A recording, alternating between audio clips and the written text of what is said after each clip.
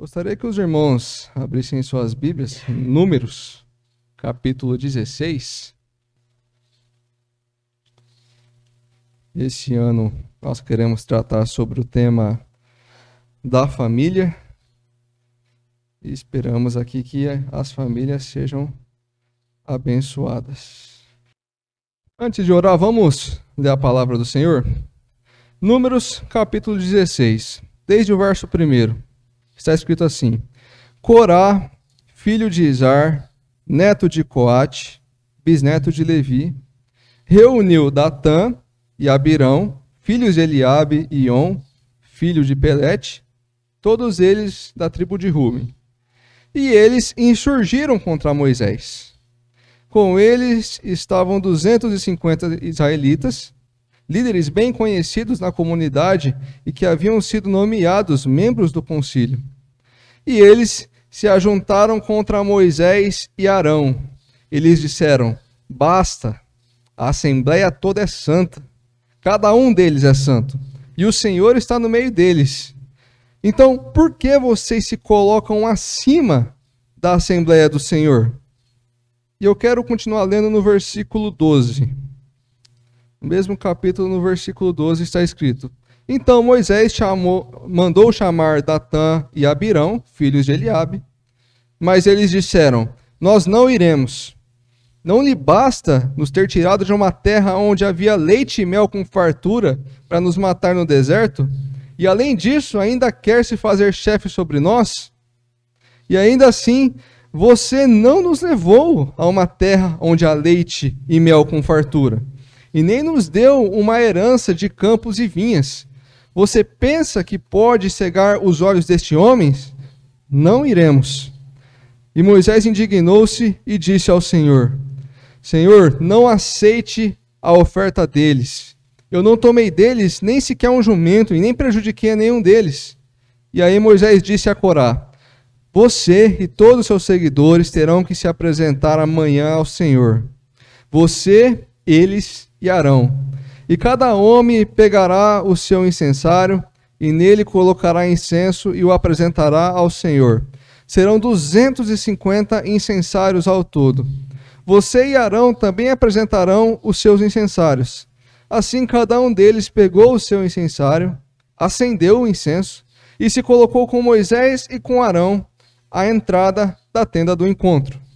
E quando Corá reuniu todos os seus seguidores à entrada da tenda do encontro, incitando-os contra Moisés e Arão, a glória do Senhor apareceu a toda a comunidade. E o Senhor disse a Moisés e a Arão: afastem-se dessa comunidade para que eu acabe com eles imediatamente. Mas Moisés e Arão prostraram-se com o rosto em terra e disseram: ó Deus, Deus que a todos dá vida, ficarás tu irado contra toda a comunidade, quando só um homem pecou? Então o Senhor disse a Moisés: diga à comunidade que se afaste das tendas de Corá, Datã e Abirão.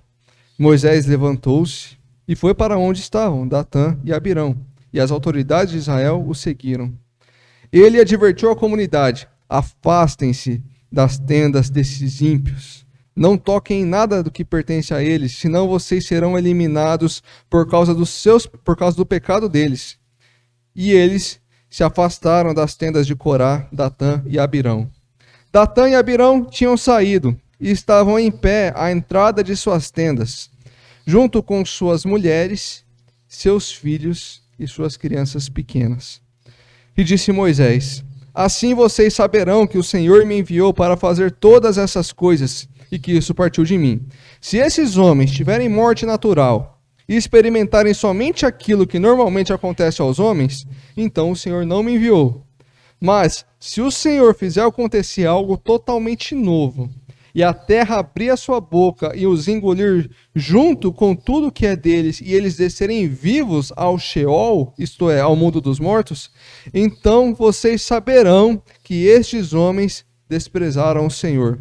E assim que Moisés acabou de dizer tudo isso, o chão debaixo deles fendeu-se, e a terra abriu a sua boca, e os engoliu juntamente com suas famílias, com todos os seguidores de Corá e com todos os seus bens. Desceram vivos à sepultura, com tudo o que possuíam. A terra fechou-se sobre eles e pereceram, desaparecendo do meio da assembleia. E diante dos seus gritos, todos os israelitas ao redor fugiram, gritando: a terra vai nos engolir também. Amém? Texto pesado, né? Mas a minha esperança é que esse texto traga vida para nós hoje. Vamos orar ao Senhor. Pai, louvado seja o teu nome, porque aprove ao Senhor que a sua igreja estivesse reunida em nome de Jesus esta manhã. E eu me alegro profundamente no Senhor, em comunhão com os seus filhos, as pessoas que o Senhor ama e as pessoas que eu amo também. Louvado seja o Senhor por tão grande graça que nos concedeu de estarmos juntos, por me dar o privilégio de estar cercado de pessoas cheias do Espírito Santo, por me dar o privilégio de fazer parte da sua igreja santa, remida e lavada no sangue de Jesus Cristo. Eu louvo ao Senhor pela vida dos meus irmãos, pela vida das companhias que o Senhor colocou na minha vida. E eu percebo que muitas pessoas do mundo inteiro sempre têm companhias para pecar, mas a mim e aos meus irmãos o Senhor deu companhias que nos convidam a louvar ao Senhor e a viver em santidade. Eu estou contente com o que o Senhor tem feito. Eu estou contente e me alegro muito com o agir do teu Santo Espírito que transforma a vida do pecador.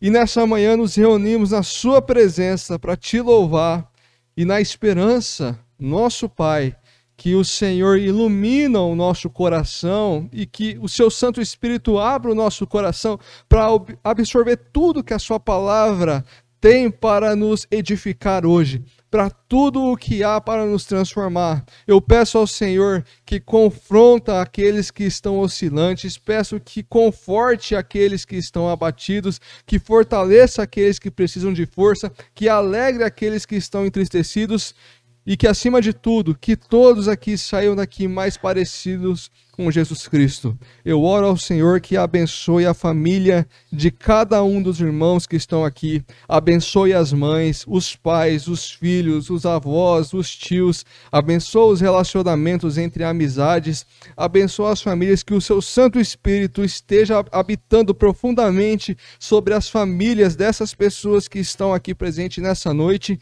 e eu peço ao Senhor que pela minha família também. Contente, alegre na sua presença, eu quero colocar os meus ouvidos, juntamente com os ouvidos dos meus irmãos, para aprendermos o que o Senhor tem a nos ensinar essa noite, essa manhã, em nome de Jesus. Amém. Eita, costume de noite, hein?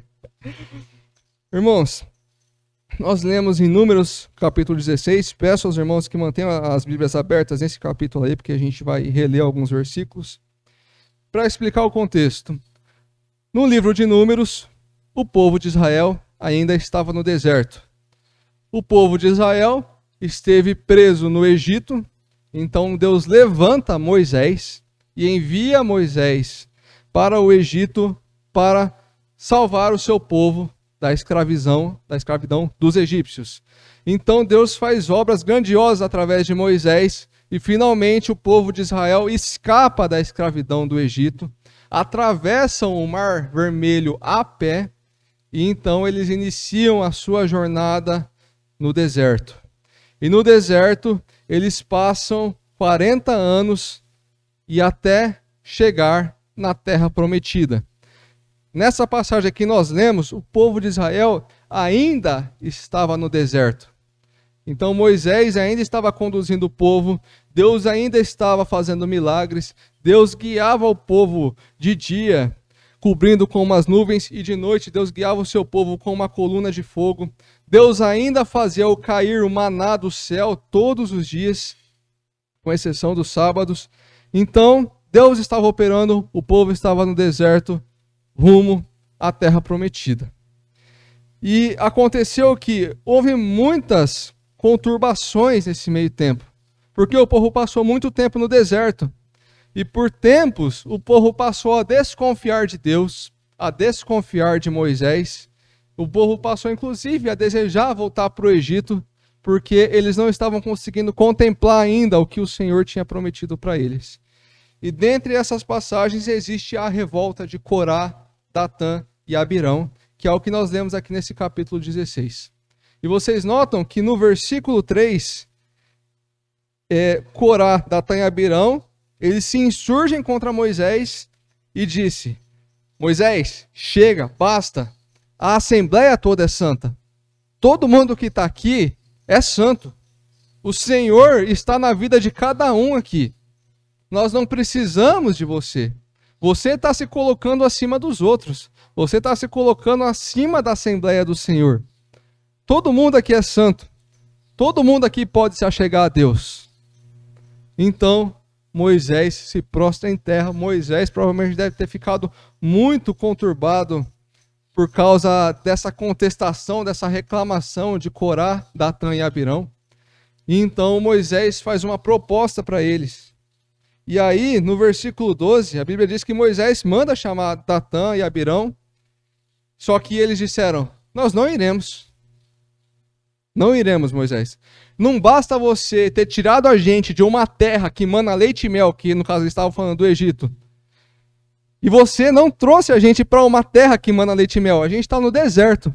Então não basta você ter feito isso, ter tirado o povo do bem e bom, ter colocado a gente no deserto. Agora você quer se colocar como se fosse um chefe, como se fosse um líder, uma autoridade sobre nós? Nós não iremos. Então eles desobedeceram a Moisés. E então acontece que Moisés insiste e diz para eles: vocês e todos os seus seguidores pregarão e apresentarão o seu incenso diante da presença do Senhor. E junto com vocês, Arão vai apresentar um incenso também. E aí vocês vão ver quem é que Deus aprova. Se Deus está aprovando vocês ou se Deus está aprovando a nós. No caso, representado por Arão. E por fim eles foram e pegaram o incenso. E quando eles chegaram na entrada da tenda do encontro, Corá, Datã e Abirão continuou incitando o povo contra Moisés e Arão. Continuou incitando o povo para rejeitar a autoridade, a liderança deles. E lembrem que Deus sempre usou Moisés para liderar o povo de Israel desde que Israel saiu do Egito. Deus usou Moisés e Arão para enviar as pragas no Egito, usou Moisés e Arão para abrir o Mar Vermelho. As leis, as ordenanças, as orientações, o guia, Deus sempre usou Moisés. Deus estabeleceu Moisés como uma autoridade no povo de Israel. Só que Corá, Datã e Abirão chegou um tempo que eles falaram: não, esquece, todo mundo aqui tem essa autoridade, vocês não estão acima dos outros. Todo mundo aqui está igualmente perto de Deus, nós não precisamos de vocês para nos achegar a Deus. Então Moisés, Corá, Datã e Abirão, tirando Moisés, eles incitaram o povo contra Moisés. Eles tentaram convencer o povo a se revoltar contra a autoridade de Moisés. E aí, o que aconteceu? A glória do Senhor apareceu para eles. E Deus estava profundamente irado. E Deus disse: Moisés, sai daí, que eu vou exterminar essa comunidade inteira. Então Moisés e Arão, como sempre, eles intercederam pelo seu povo. Falaram: Senhor, o Senhor vai matar todo mundo, o Senhor vai matar os outros por causa do pecado que eles cometeram. Tenha misericórdia deles. Então Deus fala assim: então manda os outros se afastar deles, que eu vou matar eles. Quem estiver perto vai morrer junto. Então Moisés vai lá, perto deles, e pede para o povo se afastar. E o que eu queria que vocês prestassem atenção é que no versículo 27 está escrito: eles se afastaram das tendas de Corá, Datã e Abirão. E Datã e Abirão tinham saído e estavam em pé à entrada de suas tendas. E olha quem estava junto com eles. Estavam suas mulheres, isso é, suas esposas, os seus filhos e as suas crianças pequenas. E aí Moisés fala assim para o povo: agora vocês vão saber se Deus está comigo ou se Deus está com eles. Se esses homens morrer de forma natural, como todo mundo morre, quer dizer que Deus não está comigo e quer dizer que eles estão certos. Mas se Deus fizer uma coisa completamente inédita aqui, se a terra se abrir debaixo dos pés deles e tragar todo mundo lá, então vocês vão saber que Deus está comigo, e estes homens desprezaram a Deus. E a Bíblia diz que quando Moisés acabou de dizer isso, a terra se abriu debaixo das tendas de Corá, Datã e Abirão. E eles desceram vivos à sepultura, e todos eles caíram. E o chocante é que se vocês lerem aqui no versículo 31, assim que Moisés acabou de dizer tudo isso, o chão debaixo deles fendeu-se, e a terra abriu a sua boca e os engoliu juntamente com suas famílias, e com todos os seguidores de Corá, e com todos os seus bens. E outra coisa que chama muita atenção no versículo 34, diante dos seus gritos, quando eles viram a terra se abrindo debaixo dos pés, eles caíram gritando de desespero. E o povo ouviu os gritos. E o povo ouviu o desespero também. E o pessoal que estava seguindo Corá, Datã e Abirão, falaram, vamos sair correndo, porque a terra vai abrir debaixo de nossos pés também. Embora nós não tenhamos prosseguido com a leitura continua que Deus manda fogo do céu e extermina todos aqueles que estavam seguindo Corá, Datã e Abirão. Uma coisa que nós devemos prestar atenção aqui, a Bíblia ela relata muitas mortes de pessoas. E muitas vezes a gente foca somente na morte dessas pessoas, só que esquecemos que essas pessoas possuem famílias. As pessoas que morrem possuem famílias. E o trágico aqui é que quando a terra abriu, não levou somente Corá, Datã e Abirão. A família desceu junto com eles. As crianças pequenas desceram gritando, vivas à sepultura. Os filhos deles e as esposas, por causa do pecado do esposo. E provavelmente por ter seguido a orientação do esposo, porque o esposo era uma autoridade no lar naquela época. Aquela época era muito mais patriarcal do que é hoje. As famílias desceram juntos à sepultura.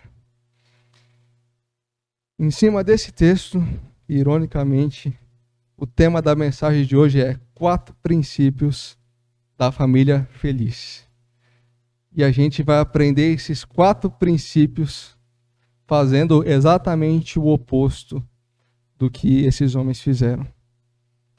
E para começar a aplicação desse texto, eu gostaria que os irmãos entendessem que essa história aconteceu de verdade, com os detalhes que estão escritos.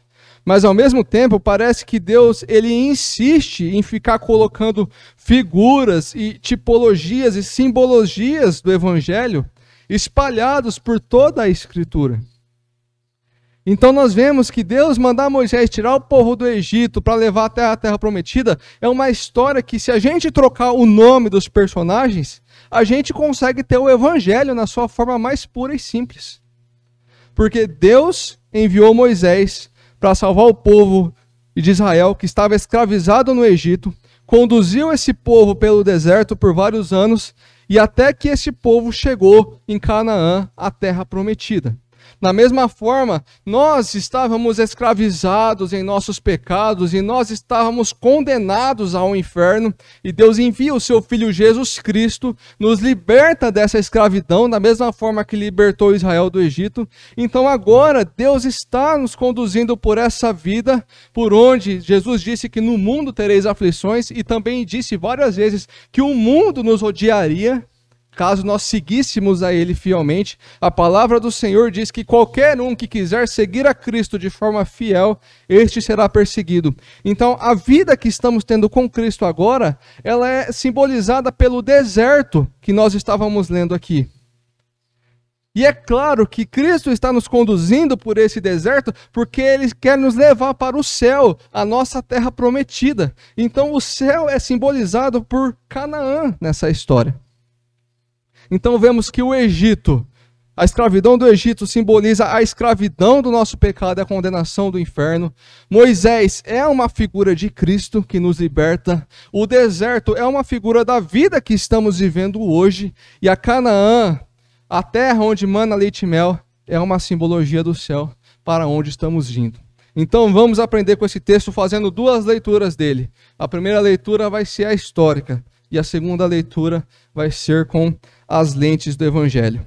Então, a começar, no versículo 3, Corá, Datã e Abirão disse: basta, a assembleia toda é santa e cada um deles é santo e o Senhor está no meio deles. Então, por que vocês se colocam acima da assembleia do Senhor? Corá questionou a liderança e a intermediação de Moisés, entre Moisés e Deus e o seu povo. Corá, Datã e Abirão disseram: nós não precisamos que Moisés fale com Deus para falar com a gente. Nós mesmos podemos chegar até ele. Só que eles esqueceram que eles não tinham o Espírito Santo. Eles esqueceram que eles ainda não estavam lavados e remidos no sangue do Cordeiro. Nós temos esse direito por causa de Cristo, mas eles ainda não. Cristo ainda não tinha morrido. O primeiro princípio que Corá quebra é o princípio da dependência. Eles queriam ser independentes de Moisés. Eles queriam não precisar de Moisés. Eles queriam não ter necessidade de que Moisés liderasse eles.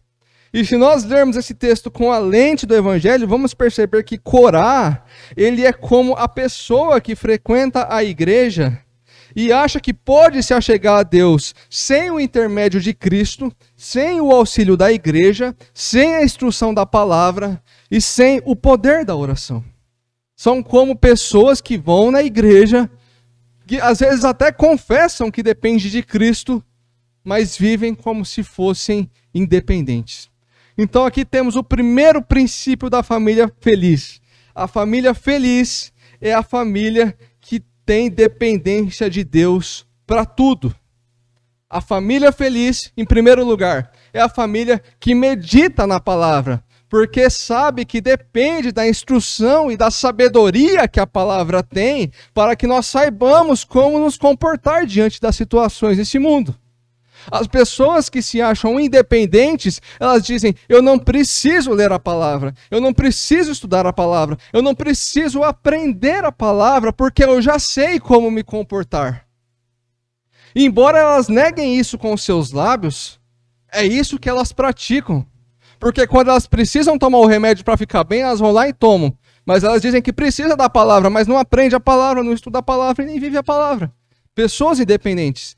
A família feliz é a família que ora, porque depende do poder de Deus e depende da paz que elas têm, da comunhão dela com Deus, para poder viver.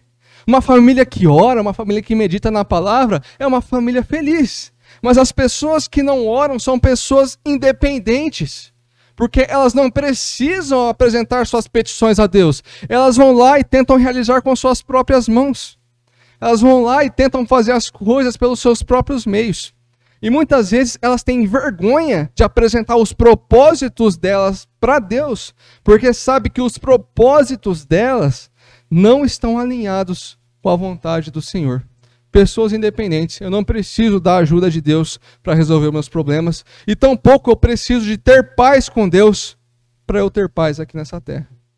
Pessoas independentes. A família feliz é a família que crê no Evangelho da graça de Deus, porque eles têm plena certeza de que eles só podem se apresentar diante de Deus se eles estiverem cobertos pelo sangue do Cordeiro. Da mesma forma que na 10ª praga, Deus mandou o anjo para matar todo o primogênito no Egito, e aqueles que tinham o sangue do Cordeiro aspergidos na porta, o anjo da morte veio e passou por cima. Da mesma forma, um dia todos nós seremos julgados, mas quando vier o julgamento e ele vê que o sangue do Cordeiro de Cristo está passado nos umbrais da porta do seu coração, ele vai passar por cima. E Deus vai dizer: vinde benditos do meu Pai, para o céu, para o gozo eterno. Essa é a família feliz. A família que tem consciência da graça. A família onde pais, mães, filhos, avós, tios, inclusive amigos, são pessoas que sabem que dependem de Cristo e que sem Cristo elas não podem nada. Então, se você quer edificar sua família, se você não quer que a sua família tenha um fim semelhante às famílias de Corá, Datã e Abirão, eu não creio que Deus vai abrir o chão sobre os pés da sua família, caso elas não atendam a esses princípios da mesma forma como ele fez com eles. Mas tenha em mente uma coisa, o julgamento virá para todos. E aqueles que não estiverem apegados em Cristo, o que vão acontecer com eles vai ser muito pior do que o que nós lemos aqui. Então, se você quer edificar a sua família, se você quer restaurar a sua família, caso ela esteja em cacos, caso ela esteja despedaçada, caso Satanás já tenha vencido muitas batalhas contra ela, reúna sua mãe, seu pai, seus filhos, sua esposa, seu esposo e combine entre si. A partir de hoje, nós dependemos do Senhor. A partir de hoje, não fazemos mais nada sozinho. A partir de hoje, não vamos viver mais sem a instrução da palavra. Não vamos viver mais sem o poder da oração. A partir de hoje, nós só damos um passo para frente, se Deus for conosco. Primeiro princípio da família feliz, princípio da dependência. Agora eu quero que os irmãos leiam no versículo 12 comigo. Está escrito: Então Moisés mandou chamar Datã, Abirão, filho de Eliabe. Mas eles disseram, prestem atenção, nós não iremos. Não lhe basta nos ter tirado de uma terra onde mana leite e mel para nos matar no deserto? E olha só, e ainda quer se fazer chefe sobre nós? E no versículo 14, além disso, você não nos levou a uma terra onde mana leite e mel, nem nos deu uma esperança de campos e vinhas. Você pensa que pode cegar os olhos desses homens? Nós não iremos. Datã e Abirão se negaram a obedecer Moisés e questionaram a sua liderança. Eles disseram, você ainda quer se fazer chefe sobre nós? Você ainda quer se colocar como se fosse uma autoridade sobre nós? E aqui nós entendemos que o segundo princípio quebrado por Corá, Datã e Abirão foi o princípio da submissão. E se olharmos para esse texto com as lentes do Evangelho, nós vamos ver que Corá, Datã e Abirão são como as pessoas que no meio da igreja desobedecem à palavra de Deus. Eles são comparados àqueles que, embora conhecendo a palavra, não praticam a palavra, ignoram o que leem, ignoram o que aprendem, ignoram o que ouvem e pecam deliberadamente. Não se lembram da palavra no momento de se comportar. Então entendemos aqui que o segundo princípio da família feliz é a família que é submissa a Cristo em tudo. A família feliz é a família que quando Cristo fala alguma coisa, ela obedece. A família feliz é quando ela encontra um preceito na palavra, ela atende. A família feliz é a família que anda em santidade. A família feliz é a família que quando, quer seja no pai, na mãe, nos filhos, nos avós ou quem quer que seja, quando o Espírito Santo fala no coração, essa pessoa não é relutante. Essa pessoa não entristece. Quando o Espírito Santo fala no seu coração, vai lá e faz. Ou então ele fala, vai lá e se arrepende. Ou vai lá e pede perdão. Ou vai lá e perdoa. A pessoa ela obedece sem resistência, porque ela é submissa a Cristo. Está debaixo da autoridade de Cristo. Reconhece Cristo como o nosso líder, como o nosso superior, como o nosso cabeça, aquele que nos dá a instrução. Essa é a família feliz. Se você quer edificar a sua família, se você quer restaurar os cacos da sua família, se submeta a Cristo. Obedeça a palavra. Se assente com seus filhos na mesa, apresente a palavra para eles e fala, a partir de hoje, é isso que nós vamos obedecer. A partir de hoje, esse vai ser o nosso padrão de vida. A família feliz é a família onde o esposo tem a liberdade de chegar na esposa, caso ela faça alguma coisa de errado, e diga, o que você fez vai de contra o que o Senhor ensinou. Se arrepende disso. Muda de comportamento. A família feliz é a família onde os filhos podem chegar nos pais, ou os pais podem chegar nos filhos e falar assim, Jesus mandou fazer isso, mas você fez o contrário. Muda de comportamento. Essa é a família feliz. A família feliz é a família que não tem medo de abrir a Bíblia dentro de casa, na presença das outras pessoas que fazem parte da sua família. Infelizmente, muitas famílias já perderam batalhas e batalhas contra Satanás, porque pode até ser que você tenha vontade de se levantar e abrir a Bíblia e mostrar para as pessoas que você ama o caminho delas que estão tortos. Só que aí você tem medo da reação da pessoa. Você tem medo de achar que está sendo religioso demais.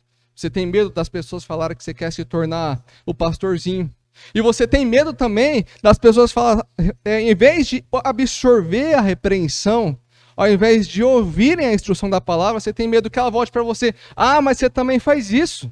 Você também erra naquela parte lá. Então quem é você para falar de mim? A família feliz é a família onde o pai, quando está errado, ouve a repreensão da esposa, ouve a repreensão dos filhos, se estiver baseado na palavra, absorve e muda de comportamento. A família feliz é a família onde um ouve a repreensão do Espírito Santo e não se revolta, e não tenta acusar o outro, não se defende de Deus. A família feliz é a família que vive em santidade. Quer restaurar a sua família? Quer que a sua família chegue na terra prometida? Quer que a sua família não tenha o mesmo fim das famílias que nós lemos aqui? Extirpe o pecado no meio de vocês. Submetam-se a Cristo. Obedeçam a palavra. Eu quero ler o mesmo texto que nós lemos de novo, no versículo 12. Só que agora vamos prestar atenção em outra coisa. Versículo 12, está escrito: Então Moisés mandou chamar Datã e Abirão, filhos de Eliabe, mas eles disseram: Não iremos. Prestem atenção agora. Não lhe basta ter tirado de uma terra onde mana leite e mel para nos matar no deserto? E você ainda quer se fazer chefe sobre nós? Além disso, você não nos levou a uma terra onde manam leite e mel. Para Datã e Abirão, a terra que mana leite e mel, a terra que tem abundância de leite e mel, não é a Canaã, não é a terra prometida.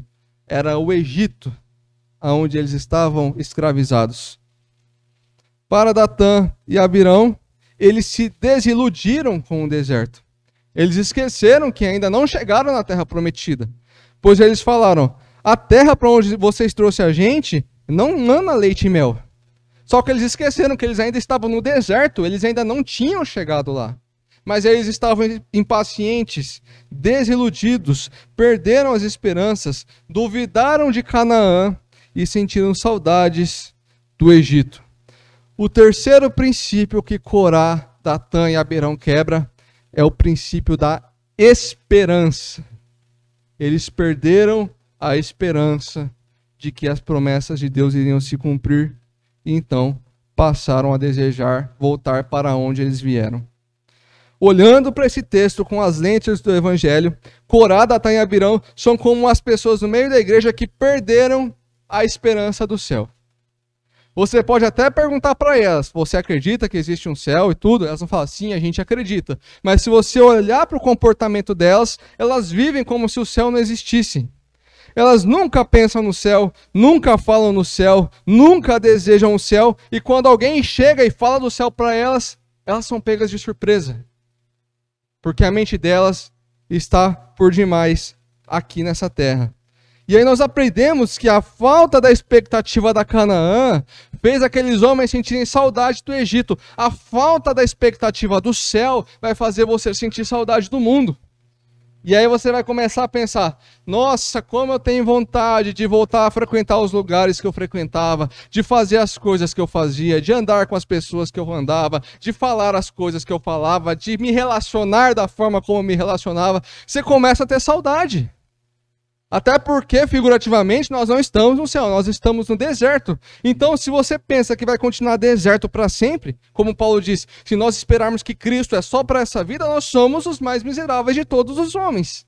Então é natural que o cristão que não pensa no céu, que não deseja do céu, que não fala ao céu, que não ouve sobre o céu, ele começa a sentir saudade do mundo. Ele quer voltar para lá. E aí a gente vê cristãos que se desviam, pessoas que um dia estavam no nosso meio, mas então você encontra elas fazendo novamente o que a palavra ordena para não fazer, e ainda pecam de modo deliberado.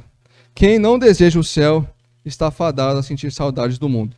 Então nós entendemos que o terceiro princípio da família feliz é a esperança. A família feliz é a família que tem esperança, que tem a expectativa do céu. A expectativa de que as promessas do Senhor vão se cumprir.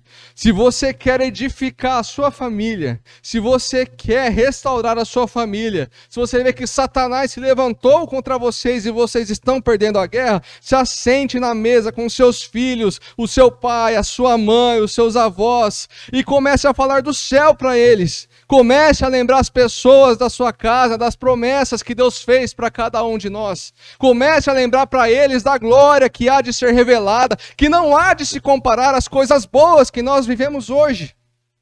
Se você quer edificar a sua palavra, é necessário que o céu passe a fazer parte do seu vocabulário. É necessário que se torne habitual, que se torne comum falarem sobre o céu. Vocês lembrarem, talvez a situação hoje está difícil, mas sabemos que é temporário, porque Deus reservou um céu para nós. Sabemos que está doendo, mas sabemos que lá vai ser um lugar de gozo eterno. Sabemos que aqui as coisas estão tristes, mas lá a festa nunca se acaba. E o vinho do dia seguinte é sempre melhor que o vinho do dia anterior. Se lembre das promessas do Senhor, porque no mundo tereis aflições. E se você não tiver a esperança, quando a aflição chegar, você vai ter saudades dos seus meios de escape, do pecado que você cometia antigamente. Quem não tem expectativa do céu, começa a flertar com o pecado de novo. Quem não tem expectativa do céu, começa a falar, nossa, bem que eu poderia ter aproveitado mais antes de conhecer a Cristo. Bem que eu poderia ter tido mais relações sexuais. Bem que eu poderia ter me prostituído com mais pessoas. Bem que eu poderia ter usado mais drogas. Bem que eu poderia ter bebido mais, enchido mais a cara. Bem que eu poderia ter falado mais palavrão, fazer mais bagunça. Bem que eu poderia descontar a raiva nas pessoas, porque agora eu não posso mais, porque é pecado. Quem não olha para o céu, quem não olha para as promessas, está afadado a sentir saudade do Egito. E embora não falem com a boca, dentro do coração estão falando como Datã e Abirão. Deus não nos levou para uma terra onde mana leite e mel. A terra que mana leite e mel está lá atrás, da onde Jesus me tirou. E é para lá que eu quero voltar. A família feliz é a família que tem esperança, que olha para o passado, não sente falta dele, e nem enxerga lucro no pecado. Amém? Até aqui? E agora, eu quero falar do quarto princípio. O quarto princípio, ele não está registrado no texto, mas nós podemos ter certeza dele por causa do contexto. E eu adianto vocês que o quarto princípio é o princípio mais importante dessa lista que eu trouxe para vocês aqui hoje. É o mais importante. E talvez você esteja se perguntando, o que é mais importante do que depender de Deus, do que ser submisso a Cristo e ter a esperança do céu? Pois bem, sabe por que, figurativamente falando, Corá, Datã e Abirão, eles não queriam depender de Deus? Porque eles foram insubmissos a Cristo. E sabe por quê? Que eles não tinham mais esperança da terra prometida? Porque eles não tinham o Espírito Santo. Nós hoje vivemos numa época onde se cumpre a promessa em que o Espírito Santo seria derramado sobre toda a carne. Então nós que estamos em Cristo temos o Espírito Santo. E esse Espírito Santo é quem ilumina a nossa alma, é quem nos transforma por dentro, para que nós passemos a depender de Deus, para que nós enxerguemos lucro na submissão a Cristo e para alimentar a nossa fé e a nossa expectativa das coisas que estão por vir. O quarto princípio e mais importante princípio da família feliz é que a família feliz é a família cheia do Espírito Santo. Porque se a sua família não tiver Espírito Santo, você não tem condições de se apegar aos outros princípios que eu falei até aqui. Porque o homem natural não consegue, o pecado não deixa, Satanás se levanta. O homem que não está em Cristo, o homem que ainda está no pecado, quando Satanás levanta para destruir a vida dele, Deus não está lá para proteger.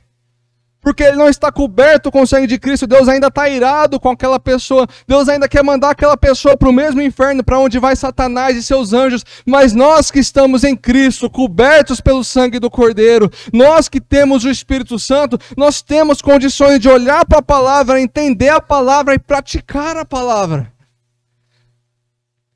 Se o seu pai, a sua mãe, os seus filhos, o seu esposo, a sua esposa, se eles não tiverem o Espírito Santo, o que eu acabei de falar até aqui se torna impossível. É impossível ao homem natural. Ter o Espírito Santo faz a diferença. Ser cheio do Espírito Santo faz toda a diferença. Eu não consigo viver sem o Espírito Santo. Eu não posso viver sem o Espírito Santo. Eu não consigo me ver sem o Espírito Santo. Se for para Deus tirar o Espírito Santo de mim, é melhor que Ele me mate, porque só eu sei as coisas que eu seria capaz de fazer se Ele não estivesse em mim, me santificando. Eu tenho plena consciência que todos os passos que eu dou em direção a Deus é por influência do Espírito Santo. Todas as vezes que eu me atento para a palavra, para obedecer ela, eu estou sendo influenciado pelo Espírito Santo. Cada vez que eu apareço lá na igreja, no culto de domingo, na reunião de oração, eu dobro os meus joelhos para orar, eu tenho plena certeza, foi o Espírito Santo que me trouxe, o Espírito Santo que me colocou de joelhos, o Espírito Santo que colocou em mim a capacidade de enxergar a necessidade da minha alma, de se achegar a Deus. O Espírito Santo, sem o Espírito Santo, o cristão está morto, assim como está morto um corpo sem alma. O Espírito Santo é necessário. O Espírito Santo faz toda a diferença. Se a sua família não tiver o Espírito Santo, ela está fadada ao fracasso. Se a sua família não estiver o Espírito Santo, ela está fadada a sentir saudade do mundo, fadada a tentar ser independente de Deus, está fadada a não ser submissa a Cristo e não vai ter expectativa nenhuma do céu. O Espírito Santo é necessário. Se você quer restaurar a sua família, se a sua família está em pedaços, ou se você quer edificar a sua família e protegê-la contra as setas de Satanás, dobre o joelho do seu pai, da sua mãe, faça os seus filhos dobrarem os joelhos, se reúnam na mesa ou em volta da cama para orar e clame a Deus para que vocês sejam cheios do Espírito Santo. O mundo lá fora não está brincadeira. Nunca foi tão fácil pecar, nunca foi tão fácil ser bombardeado com as setas de Satanás. O nosso coração nunca foi tão alvo de tanta imundícia, nunca tivemos acesso tão fácil à promiscuidade do mundo, por causa da tecnologia, da internet, dos meios de comunicação e de transporte. Nós não podemos brincar na pista. O mundo é hostil a nós. Se nós não tivermos o Espírito Santo, nós iremos fracassar. Contudo, se nós temos o Espírito Santo, então a vida se torna uma vida de alegria. Eu chego em casa, encontro minha esposa feliz e me alegro com isso. Chegamos em casa, a gente não tem medo de que uma pessoa está de costa virada para outra. A gente não tem medo de que um tenha rancor com o outro. A gente não tem medo de que a pessoa vai começar a fazer acusações para nós, vai começar a nos lembrar dos erros antigamente cometidos, porque ela está cheia do Espírito Santo. E quem está cheio do Espírito Santo só pensa em amar a pessoa que está perto. Principalmente se a pessoa que estiver perto estiver cheia do Espírito Santo também. Eu me alegro em estar no meio dos irmãos, porque eu me reúno com pessoas que têm o Espírito Santo. O Espírito Santo é necessário. É necessário que clame para que o Espírito Santo venha e ocupe cada centímetro quadrado do seu coração. Eu observo em mim mesmo, na minha casa, o quanto o Espírito Santo dentro de mim protege a minha esposa. Só eu sei Várias vezes a vontade que eu tenho de levantar a voz, a vontade que eu tenho de fazer coisa errada, a vontade que eu tenho de cobiçar as mulheres que se vestem de forma indecente, mas sempre quando essa vontade vem, tem um Espírito Santo, puro, bendito, precioso dentro de mim, que me lembra, fala: Luiz, não faz isso, ela é sua esposa, ela é a minha filha, você está em Cristo, você é santo, lavado e remido, você não tem o direito. O Espírito Santo protege a minha esposa, porque cada vez que eu peco, é ela que é prejudicada. Se eu não me achego a Deus, se eu não tenho intimidade com Deus, se eu não tenho uma vida de comunhão com Deus, a primeira pessoa que sente é ela. Pais, se vocês não tiverem comunhão com Deus, você está massacrando a sua família. Mães, filhos, avós, se vocês não tiverem comunhão com Deus, saiba que você está sendo ponto de desgraça para a sua família. Porque por onde quer que o pecado entra, ali Satanás entra junto.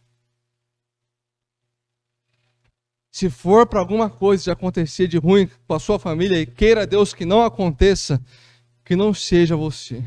Que você seja a pessoa que edifica a casa. Que você seja a pessoa que dobra o joelho e ora pelos seus filhos, ora pelo seu esposo, ora pela sua esposa, ora pelos seus pais.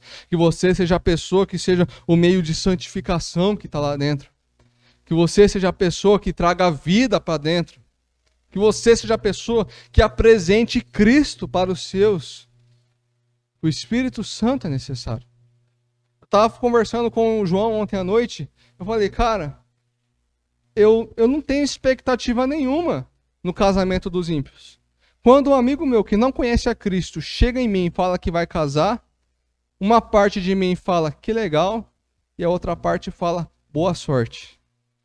Que esperança tem um homem de sobreviver aos bombardeios de sexualidade ilícita nesse mundo, se ele não tiver o Espírito Santo? Que chance tem um homem, no momento ruim, no momento de aflição, no momento em que ele se sente desamparado pela família, no momento que ele está brigado com a esposa, que chance ele tem de resistir às setas desse mundo, de não cometer um adultério, não fazer coisa pior, se ele não tiver o Espírito Santo? Ter o Espírito Santo é necessário. E ter o Espírito Santo vai salvar a sua família. A Bíblia diz que o fruto do Espírito Santo é amor, paz, alegria. Você quer que o amor, a paz e a alegria reinem da sua casa? Seja cheio do Espírito Santo. Você quer ter vitória contra o pecado? Seja cheio do Espírito Santo. Você quer que a sua família chegue na Canaã celestial? Quer que os seus filhos cheguem no céu? Querem que os seus filhos cheguem naquele dia e Deus olhe para eles e falem: vinde benditos do meu Pai para o gozo eterno? Seja cheio do Espírito Santo. E clame para que Deus envie o Espírito Santo na vida da sua família. 4 princípios: dependência de Deus, submissão a Cristo, esperança do céu, ser cheio do Espírito Santo.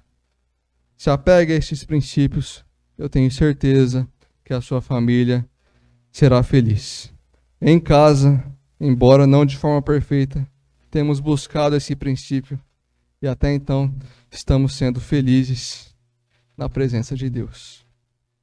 Quantos podem dizer amém por essa palavra? Quero que os irmãos orem comigo. O pessoal do louvor pode vir aqui. Os irmãos se coloquem de pé, se preferirem.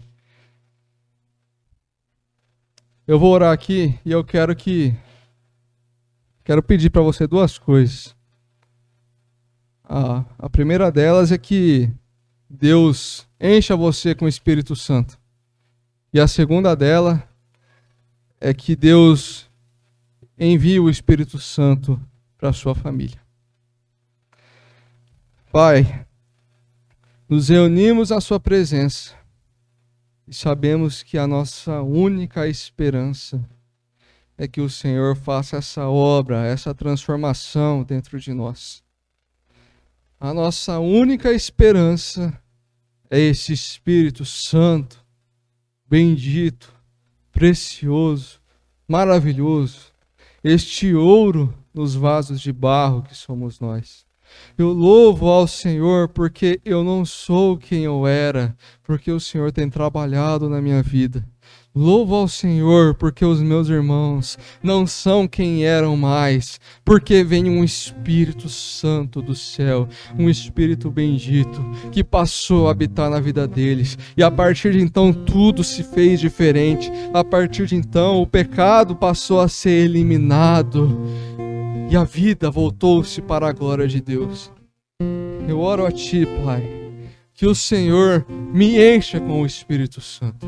Que o Espírito Santo mire naqueles pontos obscuros do meu coração. Que Ele mire aonde estão as trevas, aonde está o pecado, aonde está a irregularidade. E que Ele limpe, que Ele mostre para mim, Pai, aonde está o meu pecado, para que eu possa aprender e me arrepender. Envia o seu Santo Espírito para eu desejar a Ti. Eu quero ser mais apaixonado por Ti. Eu quero viver pensando em Cristo. Eu quero que Cristo encha a minha boca com as Suas palavras. Eu quero falar de Cristo para o meu próximo. Eu quero falar de Cristo para a minha casa. Eu quero falar de Cristo para os meus amigos. Quero falar de Cristo no meu emprego. Porque o Espírito Santo me dá essa vontade e eu preciso de mais. Encha-nos de alegria. Eu peço pelos seus filhos que quando eles buscarem o Senhor, que o Senhor permita-se ser encontrado. Eu peço que o Senhor derrame o seu Espírito Santo sobre a vida deles. Peço ao Senhor que o Senhor derrame o seu Espírito Santo sem medida sobre a vida da minha esposa. Peço ao Senhor que o Senhor derrame o seu Espírito Santo sobre os meus pais, sobre o meu irmão. Encha minha família com o Espírito Santo. Chega de Satanás vencer as batalhas.